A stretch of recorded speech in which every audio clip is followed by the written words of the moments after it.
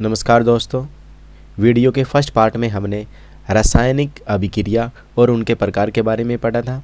आज हम उसी चैप्टर के इम्पोर्टेंट पार्ट रासायनिक समीकरणों को संतुलित करना क्यों जरूरी है और इनको संतुलित कैसे किया जाता है, इन टॉपिक्स के बारे में आज हम इस वीडियो में पढ़ेंगे। 9th क्लास में हमने द्रव्यमान के संरक्षण के नियम के बारे में पढ़ा था। द्रव्यमान का संरक्षण का नियम क्या बताता है? द्रव्यमान के संरक्षण का नियम हमें यह बताता है कि किसी रासायनिक अभिक्रिया के अंदर जितना द्रव्यमान अभिकारक का होगा उतना ही द्रव्यमान का उत्पाद का निर्माण होगा। ध्यान से सुनो, द्रव्यमान का संरक्षण का नियम यह बताता है कि अगर कोई रासायनिक अभिक्रिया हो रही है उसमें जितना द्रव्यमान अभिकारक का होता है उतने ही द्रव्यमान का उत्पाद का निर्माण होता है। ऐसा कभी नहीं होगा कि अभिकारक से ज़्यादा द्रव्यमान का उत्पाद बने या फिर अभिकारक से कम द्रव्यमान का उत्पाद बने। अगर किसी रासायनिक अभिक्रिया में यह देखने को मिले कि अभिकारक का द्रव्यमान तो कम है और उत्पाद का द्रव्यमान ज़्यादा है, या फिर ऐसा देखने को मिले कि अभिकारक का द्रव्यमान ज़्यादा है और उत्पाद का द्रव्यमान कम है, तो हम उस रासायनिक अभिक्रिया को संतुलित करेंगे।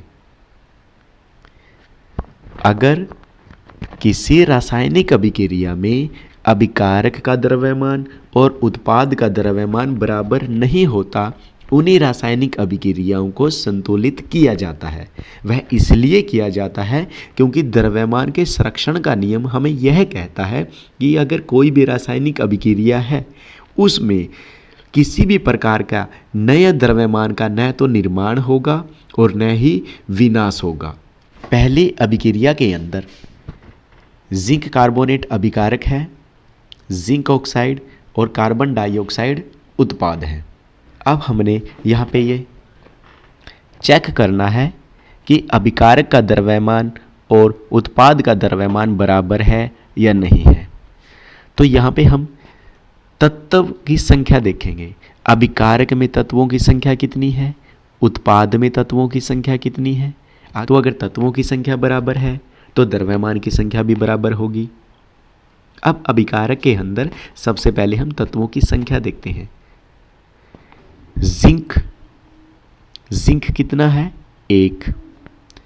उत्पाद के अंदर जिंक कितना है? 1। अभिकारक और उत्पाद में जिंक की संख्या 1 है, दोनों बराबर हैं। अगला तत्व है कार्बन। उत्पाद में कितने कार्बन है? 1। अभिकारक में कितने कार्बन है? 1। ये भी बराबर है। नेक्स्ट तत्व है ऑक्सीजन। अभिकारक में ऑक्सीजन कितने हैं? 3। उत्पाद में ऑक्सीजन कितने हैं?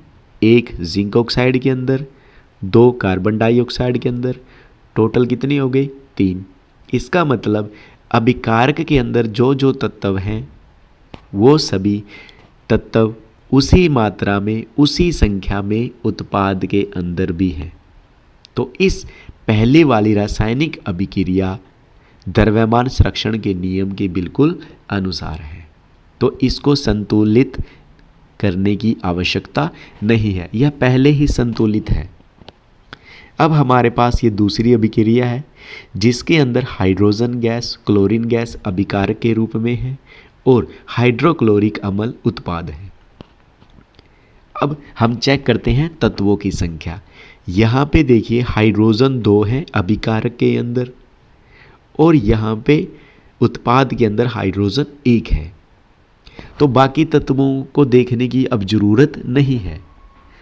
जब हाइड्रोजन ही बराबर नहीं है, चाहे बाकी सारे बराबर हों, फिर भी अब ये इक्वेशन, ये समीकरण द्रव्यमान के संरक्षण के नियम के अनुसार बिल्कुल भी नहीं है। तो अब इस रासायनिक समीकरण को संतुलित करना आवश्यक हो जाता है। और इसको अब संतुलित कैसे किया जाता है, अब इसके बारे में डिस्कस करेंगे। सबसे पहले अपने माइंड में ये चीज़ फिट करो कि कब किसी रासायनिक समीकरण को हम संतुलित करेंगे, कब करना चाहिए। जब अभिकारक और उत्पाद के द्रव्यमान आपस में बराबर हों तब उन्हें संतुलित नहीं कर सकते। उन्हें संतुलित करने की कोई आवश्यकता नहीं होती, वो पहले ही संतुलित होते हैं। लेकिन अगर किसी रासायनिक अभिक्रिया के अंदर अभिकारक का द्रव्यमान और उत्पाद के द्रव्यमान एक समान नहीं है तो हम एक तरीके से, जिसको हीट एंड ट्रायल मेथड कहते हैं, ये ओनली 10वीं कक्षा के लिए है, तो 10वीं कक्षा में सिर्फ और सिर्फ हीट एंड ट्रायल मेथड से हम इसको संतुलित करेंगे। अब हम कुछ उदाहरण के द्वारा रासायनिक अभिक्रियाओं को संतुलित कैसे किया जाता है इसके बारे में जानेंगे। रासायनिक समीकरण को संतुलित करना बहुत ही इंटरेस्टिंग काम है, बहुत ही मज़ेदार है। रासायनिक समीकरण को संतुलित करने के लिए आपको बस जोड़ और गुणा, अगर ये दो चीज़ें आती हैं तो आप रासायनिक समीकरण सीख गए। देखिए कैसे। सबसे पहले इस एरो के निशान को देखो। एरो के निशान से इस साइड वाले अभिकारक होते हैं और इस साइड वाले उत्पाद होते हैं। बस इन दोनों तरफ को हमने बराबर करना है। कैसे? तत्वों की संख्या। तत्व यहाँ पे देखो ABC का N है, ये छोड़ दो नाइट्रोजन भी, बोल जाओ कुछ देर के लिए। यहाँ पे N कितने हैं? 2। क्लियर दिखाई दे रही है। उत्पाद के अंदर N कितना है? 1।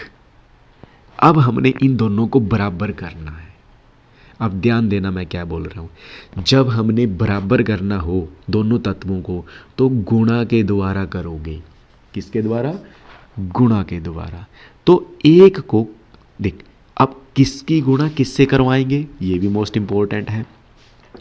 जो कम संख्या होती है आप उसको गुणा करोगे बड़ी संख्या के बराबर लाने के लिए। दोबारा बता रहा हूँ, जो कम संख्या वाले तत्व हैं उनको किसी ऐसी संख्या से गुणा करोगे कि वो बड़ी संख्या वाले तत्वों के बराबर आ जाएं। ये 1 है, ये 2, तो 1 छोटा है। इसको इसके बराबर करने के लिए 1 नाइट्रोजन को हम 2 से गुणा कर देंगे, तो 2 एकम 2, तो ये 2 बराबर आ गया। अब यहाँ तो कर दिया, इस समीकरण में ये 2 हम यहाँ लिखेंगे। ध्यान दो, यहाँ मैं बार बार ड्रा कर रहा हूँ यहाँ पे। अब इस 2 की गुणा नाइट्रोजन के साथ है, साथ में हाइड्रोजन के साथ भी है। हाइड्रोजन 3 है। हाइड्रोजन कितने हैं? 3 उत्पाद के अंदर, और 2 से गुणा कर दी, कितने हो गए? 6। और अभिकारक में हाइड्रोजन कितने हैं? 2। देखो अब मैंने क्या बोला था, कम संख्या वाले को गुणा करोगे बड़ी संख्या के बराबर लेके आने के लिए, तो इसको भी आपको कितने से गुणा करनी पड़ेगी? 3 से। तो ये 3 आप यहाँ लिख दोगे। नाइट्रोजन ऊपर बैलेंस कर दिया, हाइड्रोजन नीचे बैलेंस कर दिया। इन दोनों के अलावा कोई और तत्व है? नहीं। तो देखिए आपकी जो रासायनिक समीकरण है वो संतुलित हो चुका है ना। इंटरेस्टिंग और मज़ेदार भी। अब देखिए आप लोगों ने संतुलित कर लिया, एक बार इसको चेक भी करो। नाइट्रोजन 2 है, नाइट्रोजन 2, यहाँ पे हाइड्रोजन 6 हो गई, यहाँ पे 3 के साथ गुणा 2 3 6 हाइड्रोजन हो गए, तो ये संतुलित हो गई। अब देखिए इसमें 2 अभिकारक हैं और उत्पाद आपको 1 दिख रहा है। अगर कोई ऐसी रासायनिक अभिक्रिया है 2 अभिकारकों से मिलके एक उत्पाद बनाती है तो उस रासायनिक अभिक्रिया को हम क्या कहते हैं? लास्ट वीडियो में डिस्कस किया था संयोजन अभिक्रियाएं। Very good. तो ये संयोजन अभिक्रिया का उदाहरण है। क्या कोई दूसरी अभिक्रिया दिख रही है इसके अंदर? बाई चांस MCQ क्वेश्चन है ये, संयोजन अभिक्रिया है ही नहीं है तो देखिए यहाँ पे नाइट्रोजन है, यहाँ पे नाइट्रोजन के साथ क्या ऐड हो गया? हाइड्रोजन। हाइड्रोजन की वृद्धि हो गई, और जहाँ पे हाइड्रोजन की वृद्धि होती है उन रासायनिक अभिक्रियाओं को क्या कहते हैं? वेरी गुड, अपचयन। पढ़ते हो इसका मतलब आप लोग? अपचयन। नेक्स्ट एग्जाम्पल करते हैं। देखिए हमारे पास सोडियम हाइड्रोक्साइड है सल्फ्यूरिक एसिड के साथ अभिक्रिया करके सोडियम सल्फेट और जल का निर्माण कर रहा है। अब हमने सेम अभिकारक के अंदर जो तत्व हैं और उत्पाद के अंदर जो तत्व हैं उनकी संख्या बराबर करनी है। सबसे पहला है सोडियम। सोडियम अभिकारक के अंदर कितना है? 1। उत्पाद के अंदर कितना है? मैं बराबर लगा लेता हूं क्योंकि हमने नंबर बराबर करनी है। यहाँ पे है 2। देखिए, 1 अभिकारक के अंदर है, 2 उत्पाद के अंदर है। कम संख्या को गुणा करेंगे इसके बराबर आ जाए। 1 को कितने से गुणा करोगे कि 2 के बराबर आए? 2 से। तो ये 2 अब कहाँ लिखोगे? यहाँ लिखोगे। सोडियम बराबर, सोडियम से आगे है ऑक्सीजन। तो ऑक्सीजन अभिकारक के अंदर है 1 था। अब जब ये 2 से गुणा की है तो ये 2 की गुणा अब ऑक्सीजन के साथ भी है, हाइड्रोजन के साथ भी है।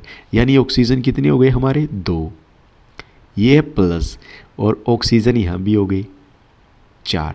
तो इन दोनों का अब आपको जोड़ आना चाहिए। देखिए, गुणा का यूज़ यहाँ पे हुआ है और जोड़ जो ये अभिकारक है कि क्या पता सेम तत्व, एक समान तत्व दोनों अभिकारकों के अंदर हो तो हमें जोड़ना पड़ेगा, और जब संतुलित कर रहे हैं तब गुणा करनी पड़ेगी। तो इसलिए मैंने कहा था अगर आपको जोड़ और गुणा ये 2 चीज़ें आती हैं तो बिल्कुल आसानी से आप लोग रासायनिक समीकरण को संतुलित करना सीख जाओगे।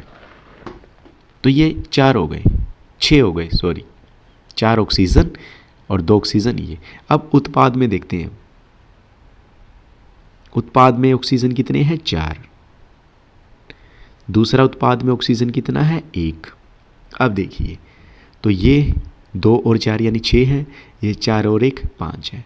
अब हम इनको टोटल नहीं करेंगे कि 6 है और 5 है। अब इसको कैसे, कितने से गुणा करें, इसको कितने से गुणा करें कि 6 आए, तो नहीं कर पाओगे आप लोग, कॉम्प्लिकेटेड हो जाएगा। तो हम ऐसा करते हैं कि देखिए 4 तो 4 के बराबर है। अब हमने ये 1 इस 2 के अगर बराबर कर दें तो ऑटोमेटिक बैलेंस हो जाएगा ये। तो इस 1 को आप कितने से गुणा करोगे कि 2 हो जाए? तो इसको करोगे 2 से। तो ये 1 कहाँ था? यहाँ। तो यहाँ आपने क्या लगा दिया? 2। तो यहाँ 2। अब देखिए, हाइड्रोजन हमने सोडियम को संतुलित कर दिया, ऑक्सीजन को संतुलित कर दिया। अब बचे क्या? सल्फर और ऑक्सीजन। अब हमें सोडियम बैलेंस हो गया, ऑक्सीजन भी बैलेंस हो गया, संतुलित हो गया। अब सल्फर, सल्फर अभिकारक में कितना है? 1। उत्पाद में कितने हैं? 1। बराबर है, बस हाइड्रोजन, हाइड्रोजन रह गया। हाइड्रोजन यहाँ पे कितने हैं? 2। यहाँ पे कितने हैं? 2। टोटल 4 हो गए। इसमें हाइड्रोजन है नहीं, इसमें 2 हाइड्रोजन थे, 2 से गुणा कर दी तो कितना हो गया? 4। तो ये बराबर है। इसका मतलब अब ये जो रासायनिक समीकरण हमें मिला है ये पूरी तरीके से संतुलित है। देखिए, अब देखिए हमारे पास बेरियम क्लोराइड, सल्फ्यूरिक एसिड अभिकारक हैं, बेरियम सल्फेट, हाइड्रोक्लोरिक अम्ल उत्पाद है। तो सबसे पहले बेरियम को संतुलित करते हैं। बेरियम अभिकारक में 1 है, उत्पाद में भी 1 है, संतुलित है। उसके बाद है क्लोरीन। क्लोरीन अभिकारक में कितना है? 2, कहीं और नहीं है। उत्पाद के अंदर कितना है क्लोरीन? 1। तो इस 1 को इस 2 के बराबर लेके आने के लिए 2 से गुणा करोगे। इस 2 को आप यहाँ लिखोगे। इस 2 की गुणा हाइड्रोजन के साथ भी होगी, क्लोरीन के साथ भी होगी। उसके बाद अगला है हाइड्रोजन। हाइड्रोजन यहाँ है 2। उत्पाद के अंदर कितने हाइड्रोजन? 1 था, 2 से गुणा होगी, कितने हैं? 2। ये भी बराबर हो गया, ये भी संतुलित है। अब बात करते हैं सल्फर की। सल्फर यानी SO4। यहाँ पे SO4 कितना है? 1 मान लेते हैं, चलो इकट्ठा। यहाँ पे SO4 कितना है? वही SO4 है यहाँ पे भी, यानी सल्फर 1 1 है, ऑक्सीजन 4 4 है। ये भी बराबर है। इसका मतलब सिर्फ हाइड्रोक्लोरिक अम्ल के आगे 2 लगा दिया तो हमारी पूरी रासायनिक समीकरण ये संतुलित हो गई।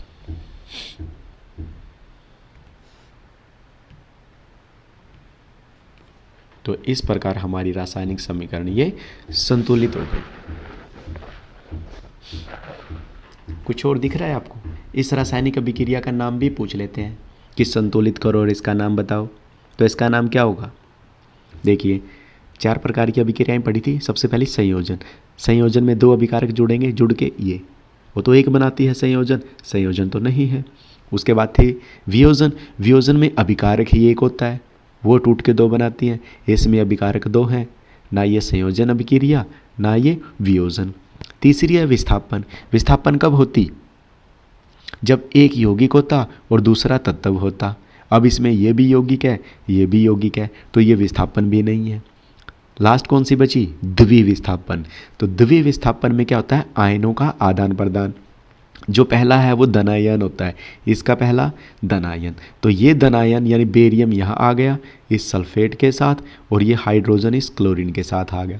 तो HCl ये बना, बेरियम सल्फेट ये बना, यानी ये अभिक्रिया कौन सी है?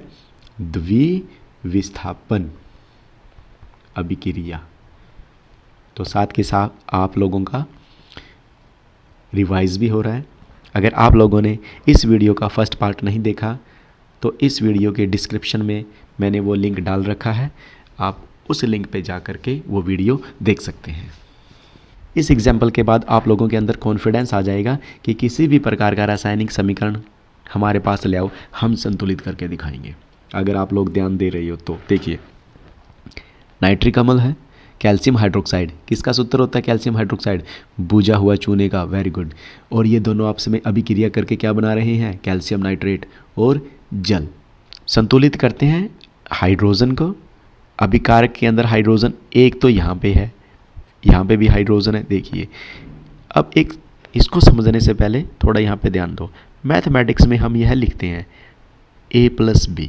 अगर इसको अब हम सोल्व करना चाहें तो इस 2 की गुणा A के साथ भी है, इस 2 की गुणा B के साथ भी है, तो ये होगा। लेकिन अगर हम साइंस में करते तो साइंस में हम ऐसे करते, बस ये 2 यहाँ लगा दिया, चलो A+B ब्रैकेट में। तो इस 2 का मतलब है सेम वही कि 2 A हैं और 2 ही B हैं। तो इस चीज़ को आप बिल्कुल ऐसा करके चलो। जो ये 2 यहाँ पे है नीचे में सबस्क्रिप्ट लगा हुआ है, तो इस 2 की गुणा जितने भी तत्व इस ब्रैकेट के अंदर हैं उन सब के साथ है। यानी ऑक्सीजन के साथ भी 2 की गुणा है, हाइड्रोजन के साथ भी 2 की गुणा है। तो हाइड्रोजन अभिकारक के अंदर कितने हैं? 1 + 1 हाइड्रोजन है, 2 के साथ गुणा तो 2। उत्पाद के अंदर कितने हैं? यहाँ पे सिर्फ 2। तो देखिए ये 2 है, ये 2। अब यहाँ पे एक ये फालतू है। अब हमने क्या करना है? इसको गुणा करनी है हमने, कम वाले को इसके बराबर लेके आए। तो देखो वही चीज़ है। अब ये 2 तो बराबर है, इनको बराबर कैसे लेके आ सकते हैं? अब इसमें आपका थोड़ा सा माइंड, ये पहेली है, साइंस भी नहीं है, पहेली है कि इनको बराबर लेके आओ। कैसे करोगे? हाँ, गुणा दोनों तरफ कर सकते हो। चलो ये कम है, अगर इसकी तरफ अगर 1 से गुणा करोगे तो 2 ही आएगा। अगर इसको आप 2 से गुणा कर दिया, चलो ये कितना होगा? 4। क्या आप इसको गुणा कर सकते हो कि 4 आ जाए? अगर इसको कर दिया 2 से, 2 दूनी 4 1 5 आ जाएगा। इसको कर दिया 2 से, 2 1 2 + 2, अरे वाह आ गया। आप इसको करो ना फिर गुणा 2 से कर दिया। तो 2 यहाँ किसके आगे लगाया? 1 हाइड्रोजन यहाँ था, यानी इसके आगे 2 लगा दिया, और इसके आगे भी 2 लगा दिया, यानी यहाँ पे 2 लगा दिया। देखिए आपके हाइड्रोजन बराबर हो गए, ये 4 हो गई, 2 हाइड्रोजन ये और 2 से ये गुणा कर दी, हो गया बराबर। Very good. नेक्स्ट अब हम करते हैं नाइट्रोजन। तो नाइट्रोजन यहाँ देखिए, अभिकारक के अंदर नाइट्रोजन 2 हो गई, 2 से गुणा किया ना तो 2 है। उत्पाद के अंदर नाइट्रोजन देखिए, ये ब्रैकेट से बाहर 2 है, यानी 2 की गुणा नाइट्रोजन के साथ है, ये 2 है, ये भी बैलेंस है, संतुलित है। आगे ऑक्सीजन देखिए कितने हैं? ऑक्सीजन 3, 2 बार 2 से गुणा कर दी, 2 × 6 ऑक्सीजन यहाँ पे हैं। इसमें कितने हैं? 2, क्योंकि बाहर 2 है ना, 2 से गुणा करो तो 2 ऑक्सीजन यहाँ पे है। टोटल 8 ऑक्सीजन हो गए यहाँ पे इसमें। तो NO3 यानी O3 2 टाइम, तो 6 ऑक्सीजन यहाँ पे और ये ऑक्सीजन 1 इसकी गुणा 2 से, तो 2 ऑक्सीजन ये, तो ये तो ऑलरेडी बैलेंस है। सिर्फ हमें हाइड्रोजन बैलेंस करना था, बाकी सब अपने आप बैलेंस हो गए। ठीक है, देखिए ये रासायनिक अभिक्रिया आपकी बैलेंस हो गई। कैसी रासायनिक अभिक्रिया है? हाँ, उदासीनीकरण भी बोल सकते हो, क्योंकि ये अम्ल है, ये क्षारक है, आपस में अभिक्रिया की, लवण और जल का निर्माण किया। दूसरा द्वितीय विस्थापन भी कह सकते हो। कैल्शियम धनायन है, हाइड्रोजन धनायन है, ये हाइड्रोजन इस OH के साथ आ गया। जब हाइड्रोजन OH के साथ आता है तो जल बना लेता है। ये कैल्शियम इस नाइट्रेट के साथ आ गया तो कैल्शियम नाइट्रेट, यानी द्वितीय विस्थापन भी अभिक्रिया है ये, और उदासीनीकरण भी है। नेक्स्ट एग्जाम्पल पे चलते हैं। देखिए, अब तक हम वैसे एग्जाम्पल कर रहे थे जिसमें आप लोगों के पास रासायनिक समीकरण दिया हुआ था, लेकिन अब आपके पास एक स्टेटमेंट है कि नाइट्रोजन हाइड्रोजन गैस से अभिक्रिया करके, संयोग करके, जुड़ के अमोनिया बना लेता है। अब सबसे पहले हमें इसका सबद समीकरण बनाना होगा। सबद समीकरण के बाद रासायनिक समीकरण, और फिर वही तरीका है, इसको हम आसानी से संतुलित कर देंगे। यानी हमें रासायनिक समीकरण तक लेके आना है। अब एक रास्ता तो बनाना पड़ेगा ना, तो सेम ऐसे ही पहले आप इसका क्या करोगे, सबद समीकरण बनाओगे। तो सबद समीकरण में 2 चीज़ें होती हैं, क्या? वही सेम जो रासायनिक समीकरण में होता है, अभिकारक और उत्पाद। अभिकारक कौन से? जो आपस में अभिक्रिया कर रही हैं। तो कौन कौन अभिक्रिया कर रहे हैं आपस में? नाइट्रोजन और हाइड्रोजन दोनों संयोग करके क्या बना रहे हैं? अमोनिया। अमोनिया का सूत्र NH3। तो ये आपका रासायनिक समीकरण हो गया। इससे पहले सबद समीकरण लिखना था। क्या लिखोगे सबद समीकरण में? नाइट्रोजन, नाइट्रोजन और हाइड्रोजन, इन्होंने आपस में अभिक्रिया कर ली, क्या बन गया? अमोनिया। अब हमने क्या करना है? इनको संतुलित करना है। नाइट्रोजन कितने हैं? 2। यहाँ पे नाइट्रोजन कितना है? 1। 1 को 2 के बराबर करना है, 2 से गुणा कर दो, वेरी गुड, यहाँ 2 लिख दिया। हाइड्रोजन कितने हो गए? 6। तो इस हाइड्रोजन को 6 करना है, कैसे करोगे? 3 से गुणा कर दोगे, तो आपके सामने रासायनिक अभिक्रिया, रासायनिक समीकरण संतुलित है। नेक्स्ट एग्जाम्पल करते हैं। आपके सामने जो ये तालिका दी हुई है, इस तालिका का उपयोग हम रासायनिक सूत्र बनाने के लिए करते हैं, क्योंकि इस तालिका से हमें आयन का प्रतीक और आयन की संयोजकता के बारे में पता चल जाता है। क्योंकि अगर कोई रासायनिक सूत्र है, जैसे सोडियम हाइड्रोक्साइड, तो सोडियम के लिए क्या लिखेंगे? Na। हाइड्रोक्साइड के लिए क्या लिखोगे? OH। तो यहाँ से हमें इनके प्रतीक मिलेंगे। तो इस तालिका को अच्छे से याद रखना पड़ेगा। थोड़ा सा मैं आपको समझा देता हूँ। ये आयन है, यानी इन आयनों के ऊपर या तो धन आवेश मिलेगा आपको या ऋण आवेश मिलेगा, और जितना इनके ऊपर आवेश होता है उतनी ही इनकी संयोजकता होती है। देखिए, इन यहाँ तक इनके ऊपर या तो +1 है या -1 है। जैसे देखिए यहाँ तक या तो प्लस मिलेगा या माइनस मिलेगा 1, तो इनकी संयोजकता क्या होगी? 1 संयोजकता होगी। नीचे यहाँ तक या तो इनके ऊपर +2 मिलेगा या इनके ऊपर -2 मिलेगा। देखिए, जितना इनके ऊपर आवेश होता है, प्लस और minus does not matter, plus और माइनस की बात नहीं है, सिर्फ ये देखिए कि कितना आवेश है, चाहे वो प्लस हो या माइनस हो। अगर +2 है तो भी उसकी संयोजकता 2, -2 है तो भी उसकी संयोजकता 2। अब ये ऐसे आयन हैं जिनकी संयोजकता 3 होती है। तो इन आयनों के सूत्र आप लोगों को याद रखने पड़ेंगे ताकि हम रासायनिक सूत्र आसानी से बना सकते हैं। इनका उपयोग कैसे करते हैं? देखिए, स्टेटमेंट है, एल्यूमिनियम सल्फेट के साथ अभिक्रिया कर बेरियम क्लोराइड, यानी एल्यूमिनियम सल्फेट के साथ अभिक्रिया किसने की? बेरियम क्लोराइड ने। तो एल्यूमिनियम सल्फेट और बेरियम क्लोराइड आपके अभिकारक हो गए। एल्यूमिनियम क्लोराइड और बेरियम सल्फेट का उपक्षेप देता है, यानी उत्पाद क्या बने? एल्यूमिनियम क्लोराइड और बेरियम सल्फेट। तो सबसे पहले हम इसका सबद समीकरण बना लेते हैं। तो ये आपके पास, हमारे पास सबद समीकरण आ गया। अब इस सबद समीकरण से रासायनिक समीकरण बनाते हैं। एल्यूमिनियम के लिए लिखोगे एल्यूमिनियम, इसकी संयोजकता है 3, उस तालिका से देखना। सल्फेट के लिए लिखते हैं SO4, ऊपर 2 नेगेटिव होता है ऐसे -2, तो इस 2 को आप यहाँ लिख दोगे, यानी सल्फेट की संयोजकता। आर पार गुणा कर दोगे तो क्या बना Al2 और SO4, और इस 3 की पूरे के साथ गुणा है तो यानी ब्रैकेट के साथ, तो इसका फार्मूला बनेगा Al2SO4 थ्राइस। क्लियर। नेक्स्ट है बेरियम क्लोराइड। बेरियम के लिए Ba, क्लोराइड के लिए Cl। बेरियम की संयोजकता होती है 2, क्लोरीन की संयोजकता होती है 1। आर पार गुणा करोगे Ba1Cl2। Aluminium chloride. एल्यूमिनियम के लिए Al, क्लोराइड के लिए Cl। एल्यूमिनियम की संयोजकता 3, क्लोराइड की संयोजकता 1। आर पार गुणा करो AlCl3। Barium sulphate. बेरिलियम के लिए Ba, इसकी संयोजकता 2, तालिका से देखना।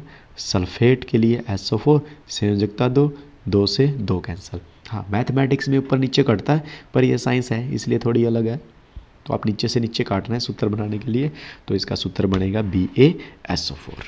तो इस प्रकार हमारे पास यह रासायनिक समीकरण मिल जाता है। अब इसको हमने संतुलित करना है। देखिए, एल्यूमिनियम अभिकारक के अंदर कितने हैं 2, उत्पाद के अंदर कितना है 1, तो इसको 2 से गुणा कर दो, ये कर दिया। ठीक है।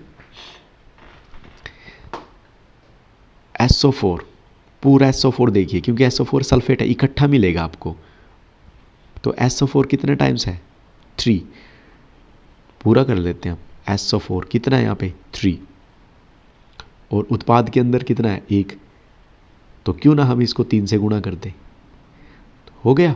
अब Ba कितना हो गया यहाँ पे 3 हो गया, क्योंकि Ba के साथ भी तो गुणा है ना बेरियम के साथ, तो यहाँ पे Ba कितना है 1, तो आप इसको भी 3 से गुणा कर दो। क्लोरीन कितना हो गया 6, यहाँ पे क्लोरीन ऑटोमेटिक 6, तो ऐसे आपका ये संतुलित हो गया। ये रासायनिक समीकरण अब हमारा बिल्कुल पूरी तरीके से संतुलित है। देखिए नेक्स्ट एग्जाम्पल करते हैं। Potassium bromide. पोटेशियम के लिए K लिखते हैं, ब्रोमाइड के लिए Br। तो पोटेशियम की संयोजकता 1, ब्रोमाइड की संयोजकता भी 1। ये ब्रोमाइड हैलोजन फैमिली से हैं, आप लोग ये याद रखो, फ्लोरीन, क्लोरीन, ब्रोमीन, आयोडीन। तो इनके ऊपर ऋणावेश होता है, तो इनका नाम बन जाता है fluoride ion, chloride ion, bromide ion, iodide ion. तो इन सभी की संयोजकता 1 होती है, तो 1 से गुणा करोगे कोई चेंज नहीं आएगा, तो फार्मूला बनेगा इसका KBr। ऐसे ही बेरियम आयोडाइड।